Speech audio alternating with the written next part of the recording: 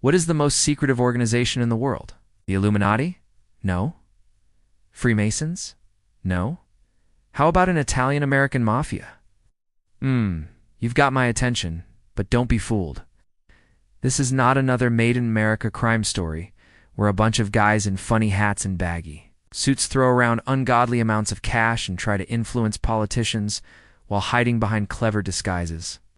This is a story of organized crime that grew from the shadows of society, forged in violence and bound together by silence. It is a world where honor is everything and trust is nothing. If you want to learn about loyalty, betrayal, and all the things that happen behind closed doors, then you're going to love this video. Welcome to Mafia. Built by crime, bound by silence. Our story begins with an unassuming man named Charles Lucarelli, poor Italian immigrant who arrived in New York City in 1903 at the age of 18.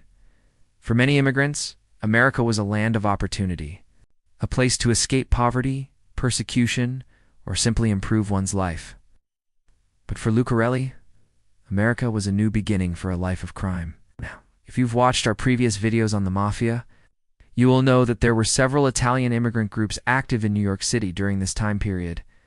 There was the Lucchese family, founded by the infamous Charles Lucky Luciano, the Bonanno family, started by the notorious Joseph Bonanno, and then the Colombo crime family established by the legendary Vito Genovese, who we've covered extensively in our previous videos. But our man Charlie Lucarelli wasn't interested in joining any of these families. He wanted to strike out on his own and forge his own path to success. And what better way to do that than to start your own gang and rule it with an iron fist? Lucarelli started small, mostly petty crimes like robbery and burglary. But soon, he began expanding his criminal empire, moving into extortion, gambling, and prostitution. Also took on some very dangerous rivals, the Irish mob.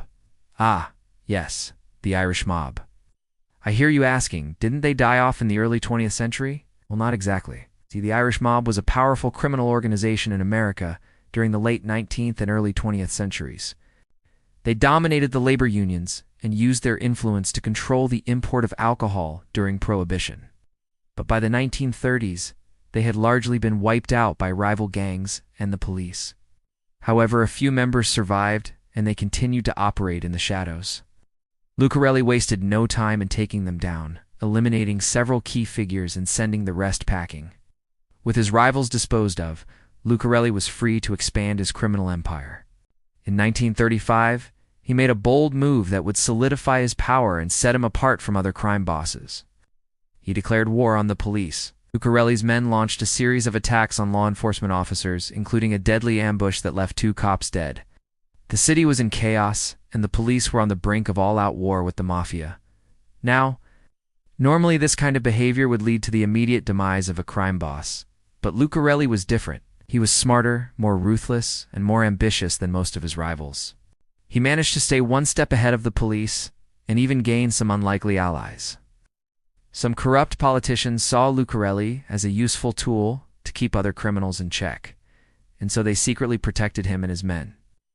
Other law enforcement officers were sympathetic to Lucarelli's plight and believed that the police were overreacting. They helped leak information to Lucarelli's gang and even tipped them off about upcoming raids. In the end, the police were unable to stop Lucarelli's rise to power. He became the most feared crime boss in New York City. And when he died in 1962, he left behind a criminal legacy that would last for decades.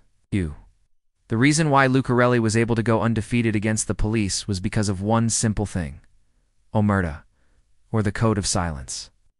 When you join the Mafia, you take an oath to never betray your fellow mobsters, no matter what. Even if you're arrested and tortured, you're not allowed to talk.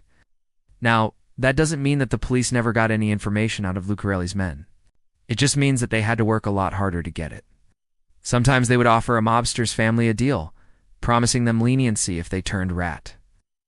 Other times they would simply wait until a mobster's parole was up and then arrest him as soon as he stepped out of prison. But these methods were time-consuming and often ineffective. What the police really needed was a mole inside Lucarelli's organization, someone who could feed them information from the inside. And they eventually got their man. In 1957, the police arrested a low-level mobster named Joseph Valenti. They offered him a deal: immunity from prosecution and a new identity in exchange for information on his fellow mobsters. Valenti agreed and became the police informant known only as the Fox, undercover. Valenti provided the police with a wealth of information about Lucarelli's gang, including the location of a secret meeting place. On December 18, 1957, the police raided the meeting place and arrested several top-ranking mobsters, including Lucarelli himself. The arrests sent shockwaves through the Mafia. It was the first time that a crime boss had been arrested on racketeering charges, and it opened the floodgates for future investigations. As other mobsters were arrested and offered deals, they too became rats, and the arrests kept coming until every major player in the Mafia was behind bars. It seemed like the end of an era, but it was just the beginning.